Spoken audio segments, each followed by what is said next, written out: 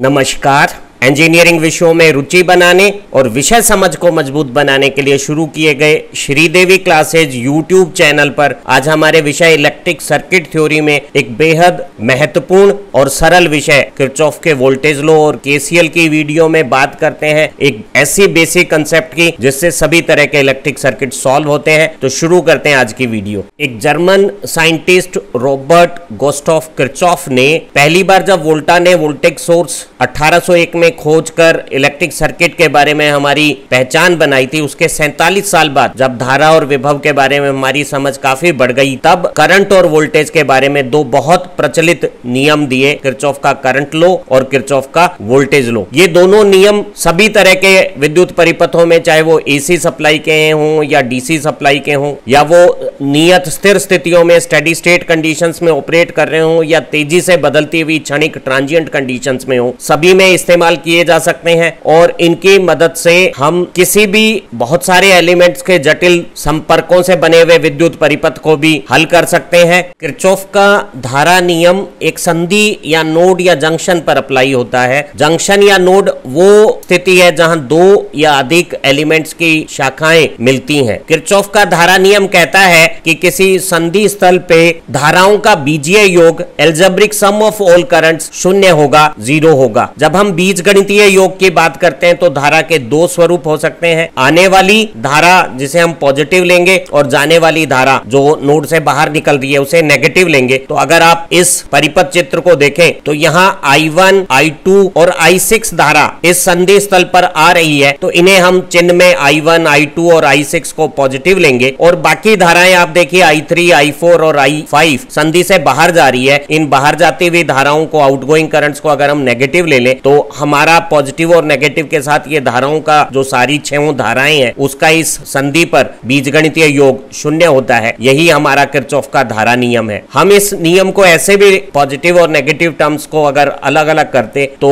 ये सरल रूप भी लिख सकते थे, और हम कह सकते हैं कि सभी इनकमिंग करंट का सम सभी आउटगोइंग करंट के सम के बराबर होता है किरचॉफ के धारा नियम के अनुसार। हम देखेंगे कि व्यवहार में इनकमिंग I2 करंट के लिए प्लस साइन और आउटगोइंग I5 के लिए माइनस साइन, गणनाओं को एक साथ करते समय इनकमिंग और आउटगोइंग देखना और प्लस और माइनस चिन्हों का निशान लगाना कुछ गलतियों के कारण बन सकता है। अगर हम सभी आने वाली धाराओं को एक तरफ रखते हैं और जाने वाली धाराओं को एक तरफ रखते हैं और फिर बीच में बराबर का गणितीय संबंध बनाते हैं, तो ये जो तरीका है वो किरचॉफ के धारा नियम के समीकरण को बनाना एरर फ्री करता है। हालांकि दोनों स्वरूप प्रचलित हैं, धाराओं का बीजीय योग शून्य होता है या आने वाली धाराओं का योग जाने वाली धाराओं के योग के बराबर होता है, लेकिन हमें अनुभव से समझ आया है कि अगर हम इनकमिंग करंट और आउटगोइंग करंट के दो अलग अलग अकाउंट बनाकर बीच में उन्हें बराबर करें तो ये तरीका कम त्रुटियां करेगा। किरचॉफ का धारा नियम संधि या जंक्शन पे लगता है, इसलिए इसे पॉइंट लॉ या जंक्शन करंट लॉ भी कहते हैं। किरचॉफ का धारा नियम केसीएल आवेश संरक्षण के नियम पर आधारित है। It is based on law of conservation of charge, जो कहता है कि आवेश को उत्पन्न या नष्ट नहीं किया जा सकता। जो आवेश है वो जिस समय दर से आते हैं उसी समय दर से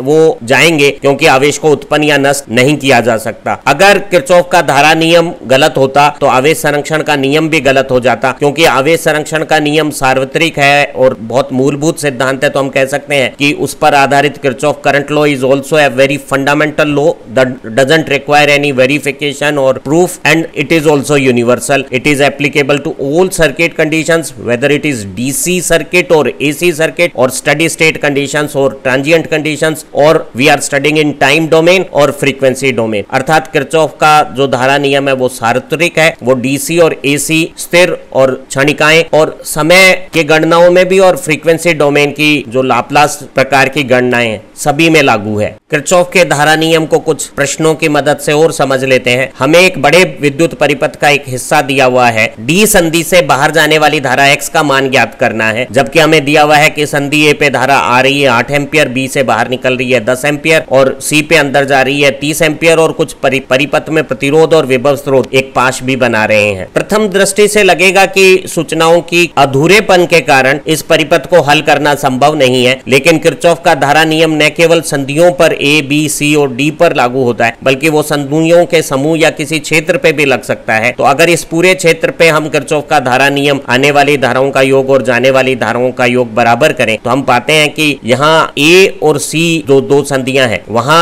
दो धाराएं ए पे 8 एम्पियर और सी पे 30 एम्पियर आ रही है, और बाकी जो दो संधियां हैं बी और डी उससे बी से 10 एम्पियर जा रही है, और डी से जो धारा हमें ज्ञात करनी है उसे मान लेते हैं एक्स, वो भी जा रही है। तो आने वाली और जाने वाली अगर बराबर की और हल किया तो ये जो एक्स का मान है वो 38 में से 10 घटाने पे 28 एम्पियर आ गया है। इसी प्रश्न में अगर हमें कहा जाए कि ए और बी के बीच में ये जो E1 विभव स्रोत R1 प्रतिरोध के साथ जुड़ा है उसमें धारा I1 है, तो इस परिपथ में अन्य जो विभव स्रोत और प्रतिरोध है उनकी धाराएं ज्ञात करें। तो अगर हम इस संधि ए पर किरचॉफ का धारा नियम लगाते हैं तो हम पाते हैं कि ये जो 8 एम्पियर आने वाली धारा है वो यहाँ I1 भी संधि से दूर जा रही है, और ये R4 में भी धारा I4 संधि से दूर जा रही है। तो 8 आने वाली धारा जाने वाली धारा I1 और I4 के बराबर हो गई है। I1 का मान हमें 4 दिया हुआ है, तो हमने ये जो R4 की धारा I4 है उसका मान गणना करके 4 एम्पियर पा लिया है। अगर I4 4 एम्पियर प्राप्त हो गया है तो इस संधि D पर अगर हम किरचॉफ के धारा नियम का पुनः उपयोग करें तो हमें ये I3 धारा ज्ञात हो जाएगी। हम यहाँ पा रहे हैं कि I3 और I4 संधि D पे आने वाली धाराएं हैं, और आने वाली धाराओं का योग इस X जाने वाली धारा के बराबर हो गया है। X का मान हम पहले ज्ञात कर चुके हैं 28 एम्पियर। X और I4 का मान अगर हम रख देते हैं तो I3 का मान 24 एम्पियर ज्ञात हो जाएगा। इसी तरह से अगर हम संधि B पे और संधि C पे किरचॉफ की धारा नियम में आने वाली धारा यहाँ संधि B पे I1 और I2 आ रही है और जाने वाली 10 है, और हम I1 का मान हमें दिया हुआ था प्रश्न में 4 एम्पियर, उसे रखकर हल करते हैं तो I2 का मान 6 एम्पियर आ गया। और इसी तरह से संधि C पे आने वाली 30 एम्पियर जाने वाली I2 और I3 के बराबर कर दी। I2 का मान हम 6 एम्पियर ज्ञात कर चुके हैं, वो यहाँ अगर रखते हैं तो I3 का मान 24 एम्पियर ज्ञात हो गया। हमें इस दिए गए परिपथ में जिसमें एक 12 वोल्ट के विभव स्रोत के साथ दो प्रतिरोध R और 3 ओम लगे हुए हैं और 12 वोल्ट का सोर्स 6 एम्पियर करंट इस परिपथ में दे रहा है, उस परिपथ में प्रतिरोध R का मान ज्ञात करना है। हम इस अज्ञात प्रतिरोध R का मान ज्ञात कर सकते हैं अगर हमें R का विभवांतर और R की धारा X जो हमने मानी है वो ज्ञात हो जाए। अब यहाँ ये जो विभव स्रोत है इसके श्रेणी में कोई प्रतिरोध नहीं होने के कारण ये एक आदर्श विभव स्रोत की भांति काम करेगा, और ऐसी स्थिति में R का विभव भी 12 वोल्ट है और 3 ओम के प्रतिरोध का विभव भी 12 वोल्ट है। तो ऐसी स्थिति में 3 ओम जिसमें विभव 12 वोल्ट है उसकी धारा ज्ञात हो गई 4 एम्पियर। अब अगर हम इस संधि P पर किरचॉफ का धारा नियम लगाएं तो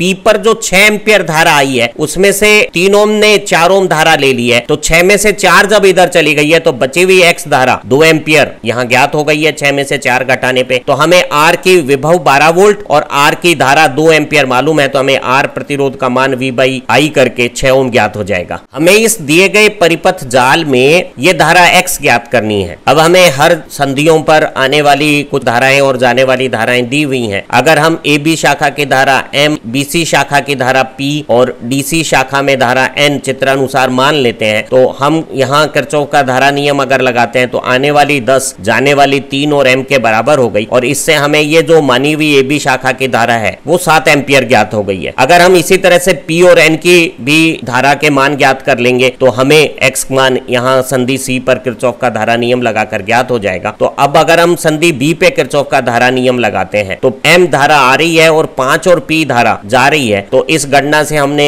BC शाखा में ये धारा P 2 एम्पियर ज्ञात हो गई है। अब अगर संधि D पे किरचॉफ का धारा नियम लगाएं तो 20 एम्पियर धारा आ रही है। DC शाखा में जो धारा N मानी है और दूसरी 7 एम्पियर धारा है वो जा रही है। हल करने पे हमें DC शाखा में धारा N 13 एम्पियर ज्ञात हो गई है। अब हमें N और P के मान ज्ञात हैं तो हम जाने वाली धारा इस संधि C पे X, P और N के जोड़ की मान 2 एम्पियर और 13 एम्पियर रखने पर 15 एम्पियर प्राप्त कर लेंगे। ये बड़ा सा परिपथ हम बहुत सारे मल्टी स्टेज कैलकुलेशन करने के बाद हल कर रहे हैं, उसके बजाय हम एक और तरीके से भी हल कर सकते थे। अगर इस पूरे पीले हाईलाइट भाग में हम किरचॉफ का धारा नियम एक साथ लगाएं तो हम पाते हैं कि दो धाराएं, ये 10 एम्पियर और ये 20 एम्पियर इस पूरे क्षेत्र में आने वाली धाराएं हैं, जबकि ये 3 एम्पियर, 5 एम्पियर, X और 7 एम्पियर ये जाने वाली है। दोनों आने वाली धाराएं 10 और 20 को एक तरफ रखा, सभी जाने वाली धारा 3, 5, 7 और X को दूसरी तरफ रखा और आने वाली धाराओं का जोड़ जाने वाली धाराओं के जोड़ के बराबर किरचॉफ के धारा नियम अनुसार बनाया, और जब हल किया तो X का मान वही 15 एम्पियर एक ही स्टेप में आ गया। किरचॉफ का विभव नियम, किरचॉफ वोल्टेज लॉ किसी इलेक्ट्रिक सर्किट के क्लोज्ड पार्ट में लगता है जिसे हम लूप पाश कहते हैं, इसलिए किरचॉफ वोल्टेज लॉ को कोई लूप लॉ भी कह सकता है। यह कहता है कि किसी भी बंद परिपथ भाग या लूप या पाश में एल्जेब्रिक सम ऑफ वोल्टेजेस, जिसमें दोनों तरह की वोल्टेज हो सकती हैं, सोर्स ईएमएफ हो सकती हैं और किसी रेजिस्टेंस में करंट फ्लो से होने वाली वोल्टेज ड्रॉप्स हो सकती हैं, सभी ईएमएफ का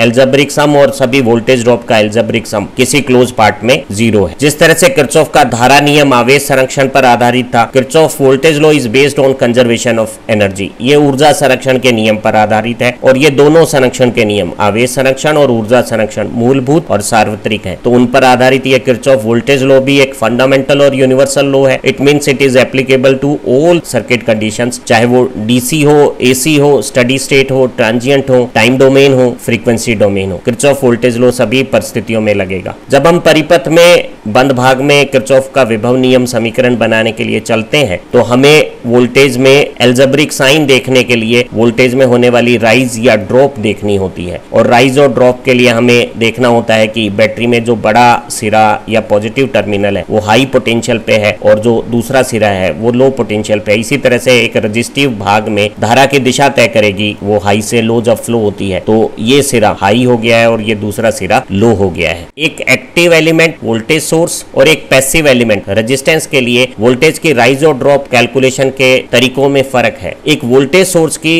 पोलैरिटी पॉजिटिव और नेगेटिव तय करेगी कि हमारे चलने पे अगर हम वोल्टेज सोर्स में पॉजिटिव से नेगेटिव गए हैं तो ड्रॉप होगी और अगर उल्टा चले हैं तो राइज होगी। और इस सर्किट में करंट की वैल्यू कितनी है, किस डायरेक्शन में है, और अगर ना भी है तो भी जो विभवांतर है बैटरी के सिरों पे दोनों तरफ वो सोर्स ईएमएफ के बराबर होगा। अर्थात ये राइज और ड्रॉप कैलकुलेशन करंट की वैल्यू पे डिपेंड नहीं करती है। ये एक बहुत महत्वपूर्ण तथ्य है और इसे हमें ठीक से समझ लेना है कि एक सोर्स वोल्टेज की वोल्टेज राइज और ड्रॉप कैलकुलेशन उसमें बहने वाली करंट पे डिपेंड नहीं करती। एक सोर्स ईएमएफ बिना करंट की स्थिति में भी अपने सिरों के ऊपर विभव का ड्रॉप या राइज रखेगा अगर आप इसे क्रॉस करेंगे। वहीं पैसिव एलिमेंट रेजिस्टेंस में वोल्टेज की राइज ड्रॉप कैलकुलेशन करंट के मान और डायरेक्शन पे डिपेंड करेगी। करंट के मान से ओम के नियमानुसार V = IR वोल्टेज का मैग्नीट्यूड बनेगा और अगर करंट नहीं है तो किसी रेजिस्टेंस में वोल्टेज राइज ड्रॉप भी नहीं होगा। और करंट हमेशा चाहे वो असली हो या हमारा अज्यूम्ड हो, हम ये मानेंगे कि हाई से लो जा रहा है और ऐसी स्थिति में अगर आप करंट की डायरेक्शन में हाई से लो जा रहे हैं तो ड्रॉप होगी। जैसे कि एक बैटरी में आप प्लस से माइनस गए हैं तो ड्रॉप हुई है। इसी तरह से अगर आप करंट के विपरीत जा रहे हैं यानी आप लो से हाई जा रहे हैं तो राइज होगी और राइज एंड ड्रॉप का मान करंट के मैग्नीट्यूड के हिसाब से V = IR होगा। अर्थात एक पैसिव एलिमेंट में राइज ड्रॉप कैलकुलेशन में करंट महत्वपूर्ण है जबकि एक सक्रिय एलिमेंट वोल्टेज सोर्स में करंट का कोई रोल नहीं है। एक ही उदाहरण से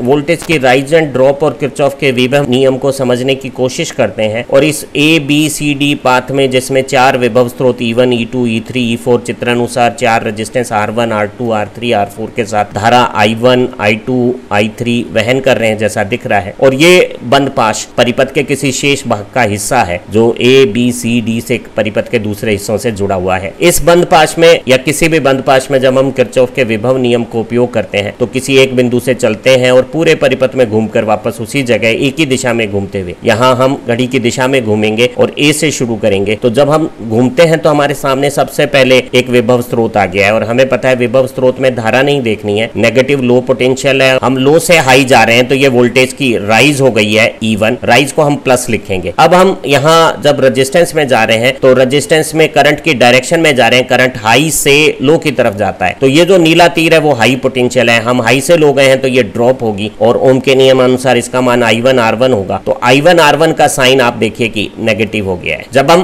R2 प्रतिरोध में एक ही दिशा में चलते हुए लूप को पूरा करेंगे और नीले तीर की भांति चलेंगे तो हमारे चलने की दिशा इस धारा की दिशा से उल्टी है। धारा हाई से लो जाती है तो ये नीला तीर हाई है और हम लो से हाई गए हैं तो ये एक लो से हाई जाने पे राइज हो गई है। ओम के नियम अनुसार ये I2 R2 राइज है, राइज को हमने प्लस ले लिया। अब हम विभव स्रोत को हाई से लो जा रहे हैं और यहां हमें करंट नहीं देखना है, हाई से लो जाएंगे तो ये ड्रॉप होगी और आप देखिएगा कि E2 का साइन ड्रॉप के कारण नेगेटिव हो गया है। जब हम घड़ी की दिशा में E3 में चले हैं नेगेटिव से पॉजिटिव, लो से हाई, तो ये राइज हो गई है तो E3 का जो एल्जेब्रिक साइन है वो प्लस हो गया है। अब एक रेजिस्टेंस में धारा की दिशा में गए हैं, हमारे चलने की दिशा और धारा की दिशा समान है तो हम हाई से लो गए हैं तो ये ड्रॉप हो गई है। ओम के नियम अनुसार I3 R3 ड्रॉप और आप देखिए चिन्ह नेगेटिव हो गया है ड्रॉप का। लूप को वापस A तक चलने के लिए जब हमने E4 को क्रॉस किया है तो हम नेगेटिव से पॉजिटिव, लो से हाई गए हैं तो ये एक राइज हो गई है और राइज का चिन्ह पॉजिटिव हो गया है। जब हम इस रेजिस्टेंस में जाते हैं तो हमारे चलने की दिशा इस धारा की दिशा से उल्टी है। धारा हाई से लो जाती है, ये नीला तीर हाई है और हम लो से हाई गए हैं तो ये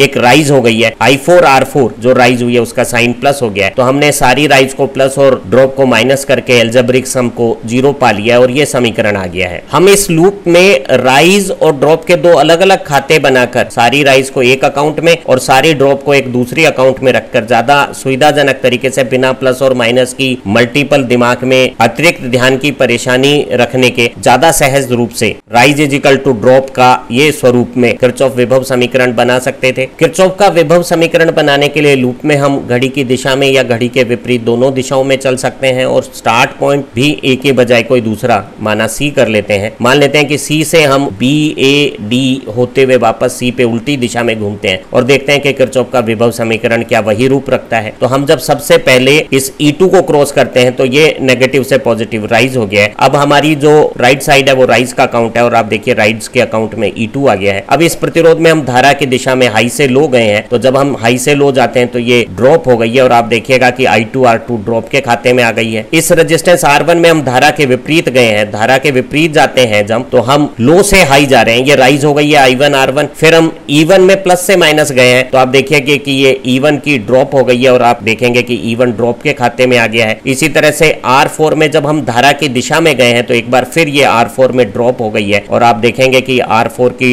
जो I4 R4 ड्रॉप वोल्टेज है वो ड्रॉप के खाते में आ गई है। इस विभव स्रोत में भी जब हम प्लस से माइनस गए हैं तो ये भी एक ड्रॉप है और आप देखेंगे कि E4 भी ड्रॉप के खाते में है। R3 के चलने में हम धारा के विपरीत गए हैं, धारा के विपरीत जब रेजिस्टेंस में जाते हैं तो ये राइज हो जाती है, तो I3 R3 राइज हो गई है। इस E3 में जब हम प्लस से माइनस गए हैं तो ये ड्रॉप हो गई है और आप देखिए कि E3 ड्रॉप के अकाउंट में आ गया है और आप देखेंगे कि सारी राइज और सारी ड्रॉप एक बार फिर वही पुराना समीकरण आ गया है। तो हम किसी भी बिंदु से चल सकते हैं और किसी भी दिशा में चल सकते हैं, हमारा समीकरण अंतिम रूप एक समान रखेगा। आज की वीडियो के सबसे महत्वपूर्ण भाग में कुछ कंसेप्चुअल प्रश्नों को करते हैं और हमारी कंसेप्ट को बहुत शार्प कर लेते हैं। हमें दो एक्टिव एलिमेंट दिए हुए हैं, 6 वोल्ट का वोल्टेज सोर्स और 3 एम्पियर का करंट सोर्स। हमें कहा है कि करंट सोर्स की वोल्टेज निकालिए और वोल्टेज सोर्स की करंट निकालिए और फिर उनकी पावर के बारे में भी बताइए। तो हमें मालूम है कि ये जो विशिष्ट सर्किट यहाँ दिख रहा है 2 सोर्स वाला, इसमें वोल्टेज सोर्स के साथ सीरीज में रेजिस्टेंस नहीं है तो ये एक आइडियल स्वरूप की वोल्टेज है और करंट सोर्स के पैरेलल में रेजिस्टेंस नहीं है तो ये भी एक आइडियल करंट सोर्स है। ये सोर्स हर स्थिति में अपना सोर्स करंट मेंटेन रखेगा और ये सोर्स हर स्थिति में अपनी सोर्स ईएमएफ मेंटेन करेगा। और बड़ी अजीब सी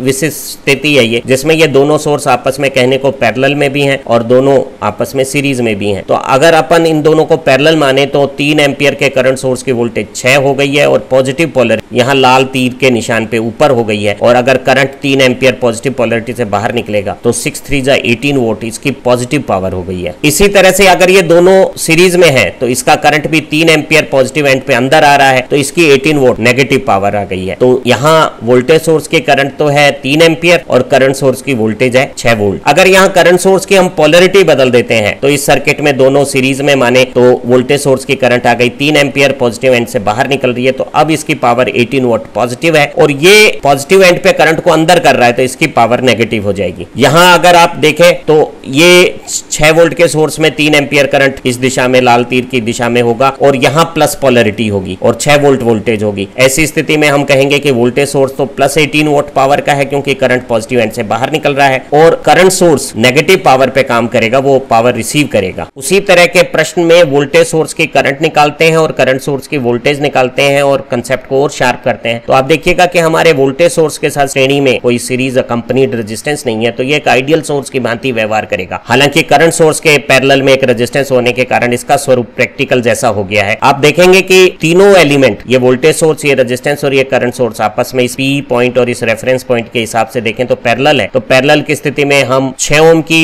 वोल्टेज को 6 वोल्ट मान सकते हैं। ऐसी स्थिति में ये जो करंट है 6 ओम में वो 1 एम्पियर ज्ञात हो जाएगा। अब अगर इस बिंदु P पर हम किरचॉफ की धारा नियम लगाएं और इस वोल्टेज सोर्स के करंट को X मान लेते हैं तो हम कह सकते हैं कि करंट सोर्स से यहाँ P संधि पर आने वाला करंट 3 किरचॉफ के धारा नियम के अनुसार यहाँ 6 ओम में जाने वाला करंट 1 एम्पियर और इस करंट को जिसको हमने X माना है उसके बराबर होगा। तो आने वाली 3 एम्पियर जाने वाली दोनों धाराओं के बराबर होने पे हमें वोल्टेज सोर्स का करंट मालूम हो गया 2 एम्पियर जो इस तीर की दिशा में पॉजिटिव एंड में अंदर आ रहा है। इसका मतलब इस वोल्टेज सोर्स की पावर 12 वाट नेगेटिव हो गई है और ये करंट सोर्स जब 6 वोल्ट पे काम कर रहा है तो इसकी पावर 18 वाट पॉजिटिव हो गई है। उसी प्रश्न में अगर हम इस प्रतिरोध का मान 1 ओम कर देते हैं तो आप देखिए कि संरचना वही है, तीनों वोल्टेज सोर्स और ये रेजिस्टेंस और करंट सोर्स पैरेलल में है तो 1 ओम में वोल्टेज 6 वोल्ट, पैरेलल में वोल्टेज सेम रहती है, विभव स्रोत से 6 वोल्ट वोल्ट आ गई और करंट आ गया 6 एम्पियर। अब अगर हम यहाँ किरचॉफ का धारा नियम लगाएं तो आप पाते हैं कि 3 एम्पियर आने वाली धारा है और विभव स्रोत में अगर धारा x माने तो